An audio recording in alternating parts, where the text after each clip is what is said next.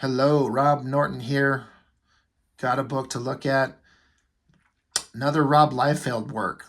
If you've been watching any of my videos and any of my channels, I've done two videos on some of his previous works, a Teen Titans book and the Captain America book. And I did say in both of those that he has done work that I actually like. And that is true. This is the one that I had in mind that I wanted to show first as far as something that I like that he's done. Hadn't looked at it in a long time, having revisited it recently for purposes of wanting to talk about it for this video. My opinion's changed a little. It's not quite as good as I remember it, but I still think it's way better than those other two things we looked at. Why is it better? I mean, he still has all the kind of trappings and failings that he has artistically in those others, but he's doing a storyline and some characters that seem to just work better for him. Rejects. It's something that he was hyping up for a long time back when this was coming out.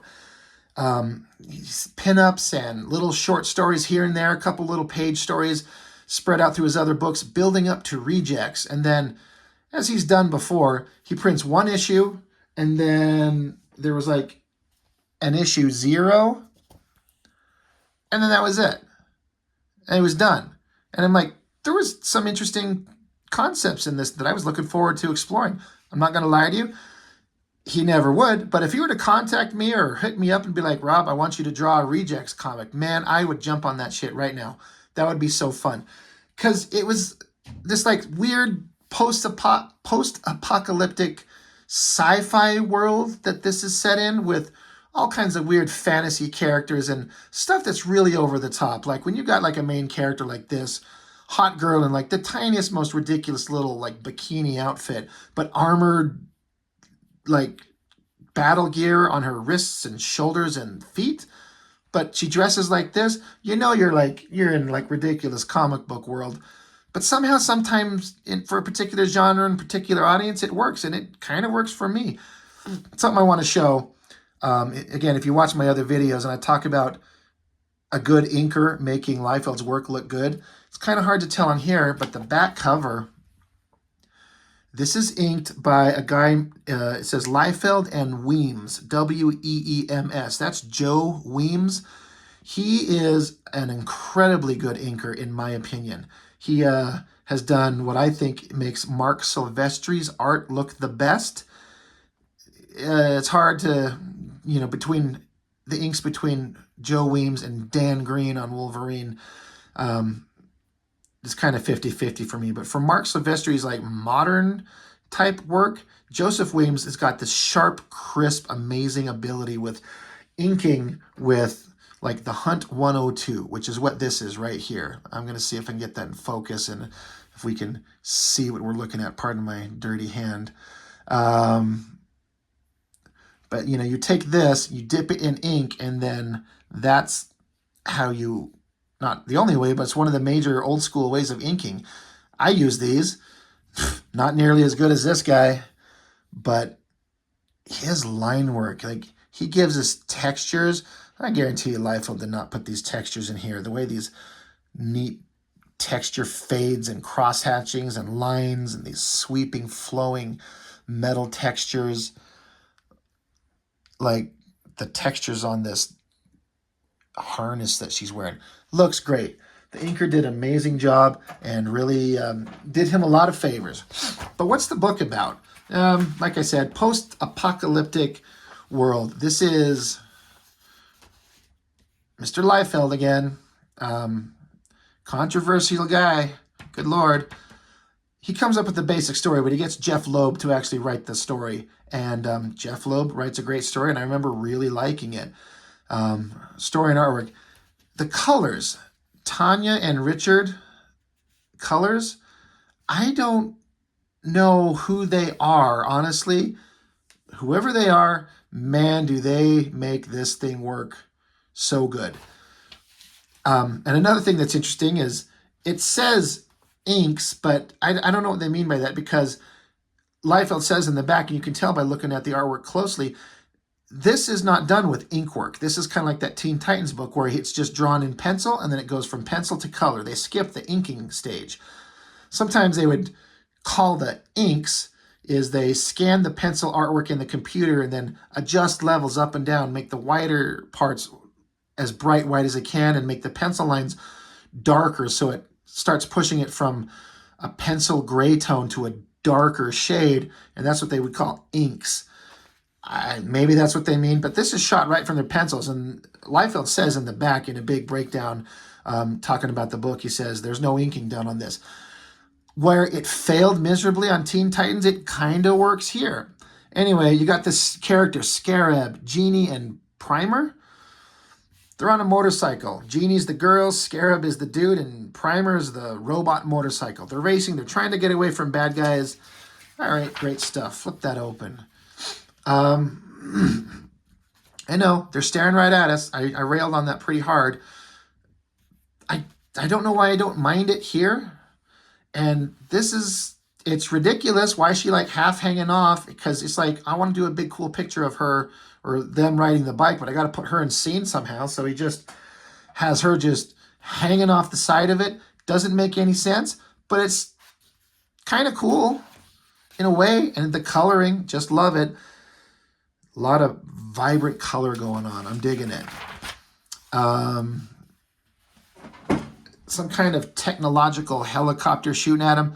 Not a great helicopter, but far from the worst one he's ever done. I can't help but notice it.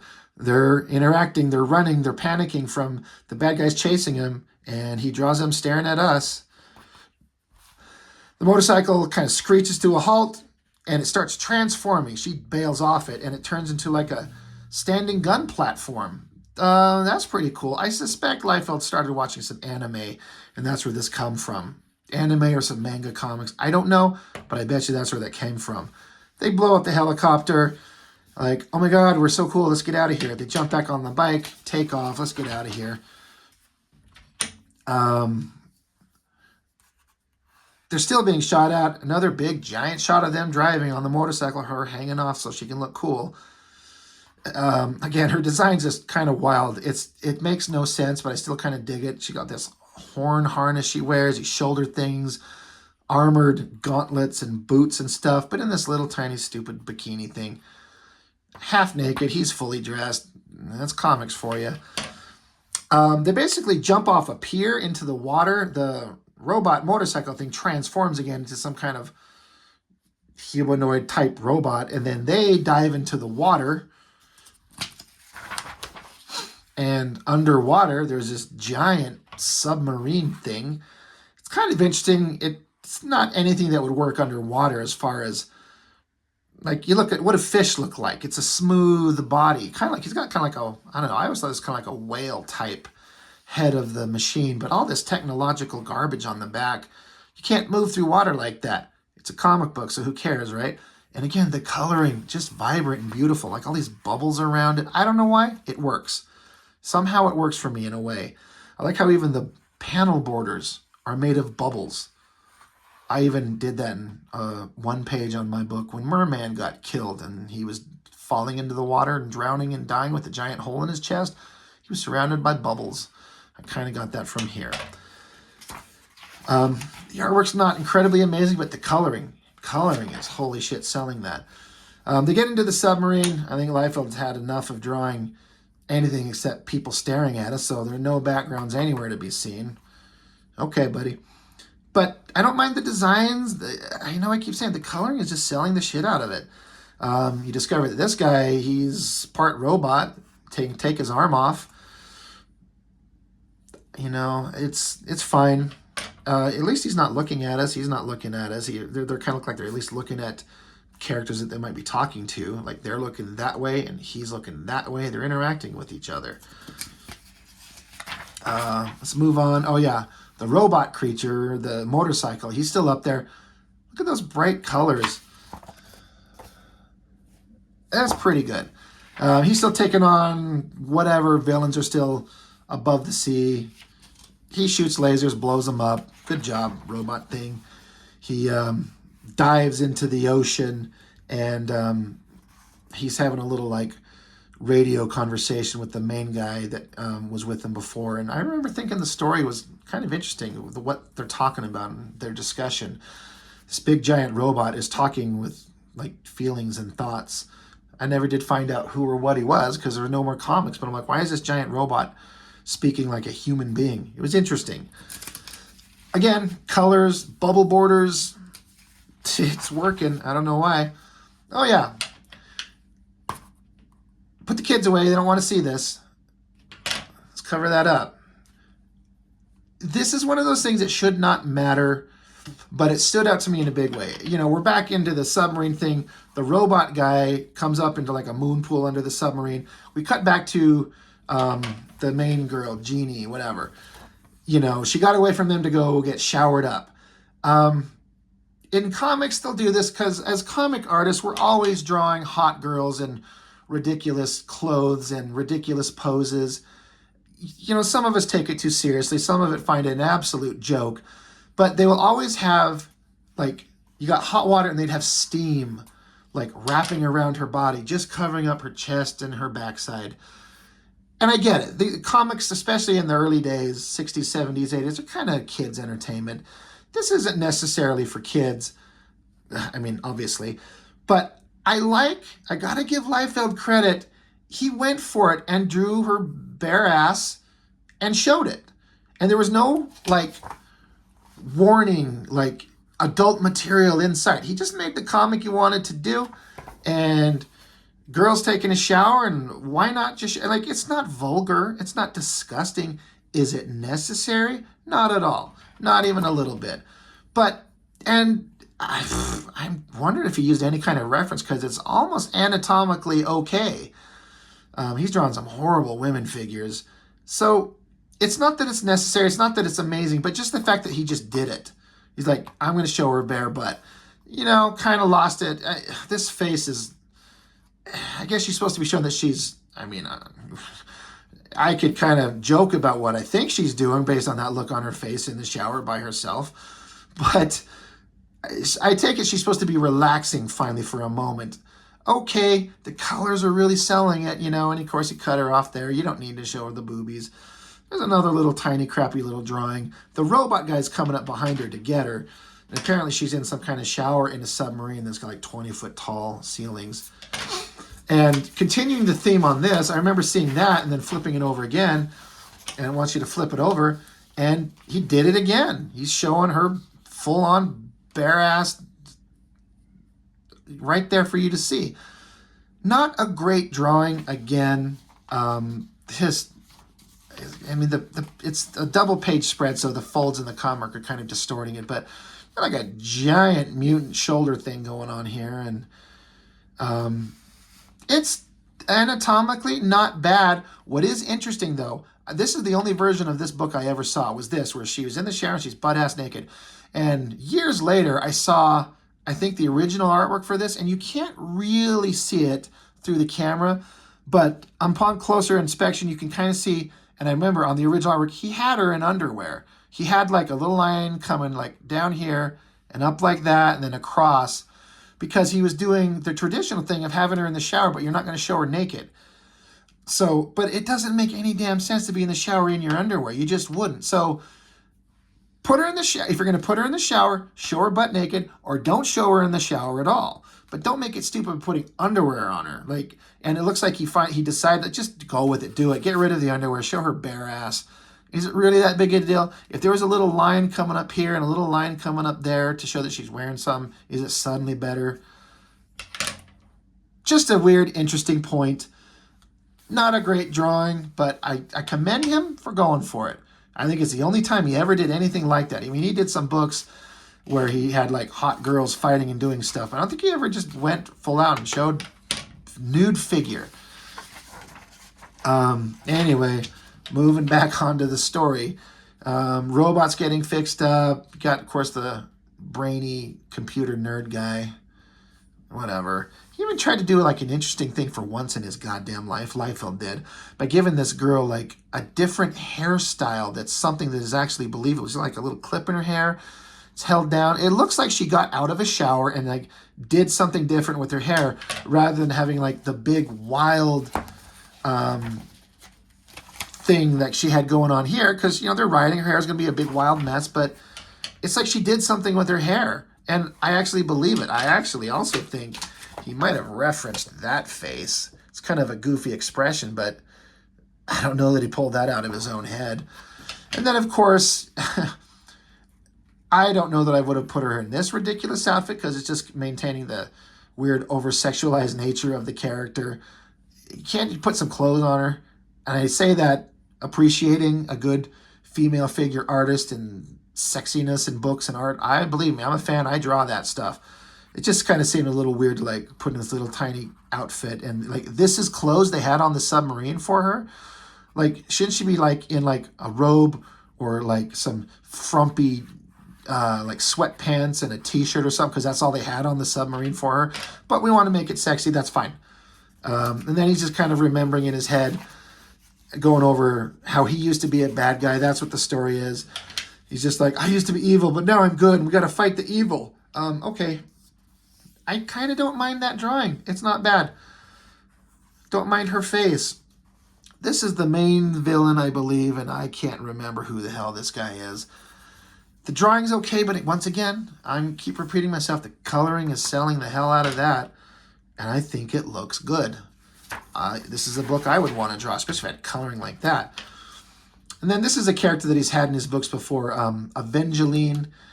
This is a character that had already, I think, been introduced, and he was going to bring her into this book.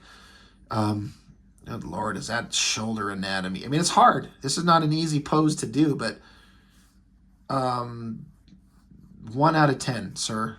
1 out of 10. I'm not going to give you a 0 because you actually drew it, but that is terrible. But anyway, and then this ridiculous, like, bondage outfit where it's like just a cross because she's a fallen angel. It's religious theme, so her outfit is this like fishnet thing with like a cross across her boobies and down her body. She's had better outfits that were not that ridiculous. Whatever. Drawings are okay. Coloring is really good. There's another ridiculous introducing a villain. Tragedy Ann. All right. Now this, he tried harder on those other female figures than he did on this one. I mean, the face is stereotypical Liefeld stuff, but proportionally, she's really weird. These ridiculous shoulders, this giant arm. I mean, these are cannonballs, right? And then he just kind of like, I'm going to draw her lower half. I'm just going to do like a curve and then a line and then a line and then a line and put this little ridiculous dress and give her Wolverine claws. Tragedy Ann. He did better drawings in the beginning of the book. Maybe he ran out of steam and he's like, I got to do a big double page spread, whatever. Banged it out. That's him talking about his stuff where he talks about how he shot this artwork straight from the pencils and didn't do inking, whatever. The Coven, that was actually a really interesting book. More advertisements, whatever that was. I don't think it ever was anything. And just while we're here, I know we're kind of going long. Probably 80% of the audience has already quit at 3 minutes in. But the Zero issue, that first issue came out, and then this came out. This is covered by Pat Lee, who was famous for doing like comic art that resembled the anime look. And it looks pretty good. He took these characters and made them look awesome. That's the guy from the first book. So is she. You never saw him, or that guy, but those two you saw. But okay, we got more characters coming in. Great. Flipping it open. That the previous book was issue 1. This is issue 0. Okay, well, we got Tanya and Rich on colors again. Bet the colors look amazing. Here they all the characters are, and they're all staring at us. Whatever. We don't see that too much, do we? But here they are. You got the robot, the girl, and the main guy, even though he's in a totally different outfit. And then you got some big guy, Beowulf the Immortal. You got Genie the Dawn Child, Cairo the Rogue, and Primer the robot motorcycle guy. And then this guy's named Scarab. Not a bad drawing, actually. When you go a double page spread, he's done some that suck. I kind of don't mind this one. And again, they're in the Arctic, so I think the colors really work. These the coloring just makes me feel like you're there in a cold setting. It looks good. More bright. You got all the colors of the rainbow. Every color in the toolbox is on this page somewhere. These weird, colorful robot ship whatever things come to attack him, and chit chat. We must find our thing and we must fight. All right, off we go. This book's less interesting, but still not bad. Fight, fight, fight. Girl with sword in a bikini. She must be some immortal because she can wear a tiny little outfit and have most of her skin showing in the Arctic, and it doesn't affect her. Not a bad big shot of the guy shooting and kind of a typical screamy face. Not bad. This guy, he's got kind of a look that really makes you kind of look and wow, all right, that's interesting. It's big poofy hair. I don't know what's going on. But it's colorful, it's moving, it's interesting. I think that right there is the end of the main story. Yeah. Only a couple of pages, and then they reprint some of the previous short stories that were appearing in some of the other books that Liefeld was publishing before they did the first issue. So this is Liefeld doing traditional pencils and then having an inker do it. John Sabal, the guy who worked with him on Captain America. Captain America sucked, but I kind of think this works. Why does it work? I don't know. This ridiculous gun, this crazy cyberpunk character. It works somehow. I don't know why. We move immediately into art failure. That's an F for failure and what the fuck with the face. That's a kid. I think it's an alien creature. You remember that Captain America face we talked about? It looked like a crazy mutant alien. That's his son right there. And he's mad because he has to deal with it. It looks like Wolverine. But he's chasing down this kid for some reason. I don't know why. I don't care. But then this big angelic character comes along. And it's not extremely clear in this, but he's kind of got... He's got like multiple wings. Not just one set. There's like a wing here, and then here, and then here. Which I thought was a really interesting idea. I don't mind this kind of like armored angel character, whatever he is. I don't know what he is, but I don't mind it. I'm on board.